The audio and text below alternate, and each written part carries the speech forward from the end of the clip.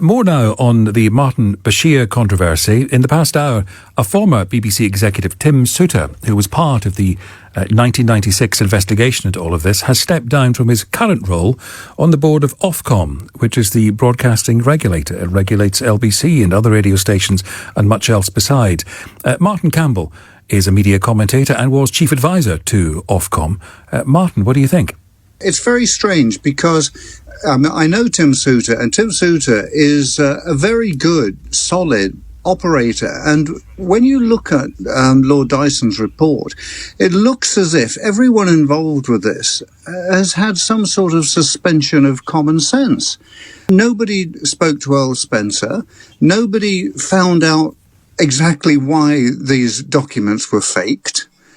The BBC actually rehired Martin Bashir. I mean, the whole thing is absolutely crazy. I mean, I've always been critical of BBC management because I think it's too top-heavy, but this sort of behaviour is a bit like a cross between the Mafia and the Keystone Cops. It's unbelievable. If only they'd had more senior managers, I wonder.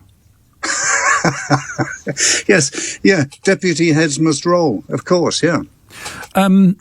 We had Esther Ranson, Dame Esther, on the programme a little while ago, and there was lots to talk about. But when it came to Lord Hall, the more senior name in the frame here, she suggested, I paraphrase, that he's very nice, perhaps too nice, and that's the crime here, perhaps, rather than some giant conspiracy and raging incompetence. What do you think?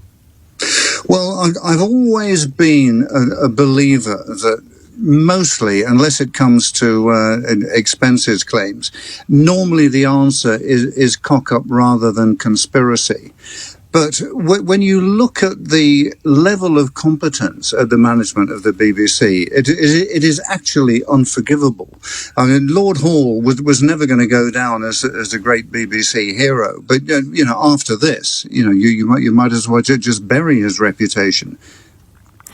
When he took over as BBC Director General, he made a big speech in which, as you'd expect, he set out his vision and what he was all about. This was about 11 months after he was appointed, and one part of that speech resonates particularly today. Have a listen to it. I want to ensure that when we do make mistakes, they are caused by trying to serve our viewers, not by looking after ourselves. And when we make mistakes, let's own up to them.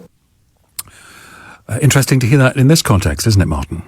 Yes, well, they're certainly learning how to make mistakes, and they're doing it very well. And the problem that the BBC have here now is that the argument that, this is 25 years ago, it really doesn't matter anymore. The fact of the matter is that, that there was a 25-year cover-up. This has been going on for years and years. Yes, people knew. Innocent people were sacked, lost their jobs, and the BBC just carries on. You can't keep this sort of structure. You just can't keep it. So what do you want then? What would be better? The licence fees days are over, and this has probably put the tin hat on it, I would have thought. But the BBC does very well in the digital age with all the stuff that it does. But it's the way that it is operating, and this really is, the lid has been taken off how the BBC behaves, how it thinks of itself, and how it really has no regard at all for the idea that it should be in some way regulated. I mean, Ofcom has some sort of locus over the BBC content, but when you look at what Ofcom can do, I mean, they can fine the BBC £250,000 per transgression. Well, however many transgressions that's going to put up the licence fee quite a bit, isn't it? Well, of course, yeah, because that's how it would be paid. Yeah, and absolutely right. I mean, Ofcom, when it looks at whether the BBC have fallen foul of content standards, and clearly they have, they look at the seriousness of it. Well, it couldn't really be more serious. They look at the degree of harm that might have been done, and I really wouldn't like to start with that one. They look at the steps taken to prevent the breach, and that's effectively a 25-year cover-up.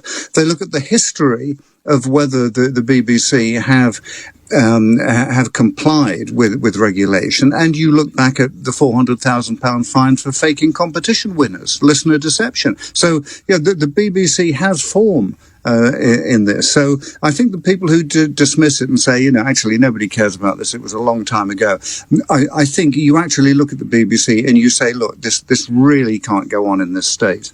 Good to hear from you as always. Martin Campbell, media commentator, former chief advisor to the broadcasting regulator Ofcom, who, in my view, are doing a terrific job.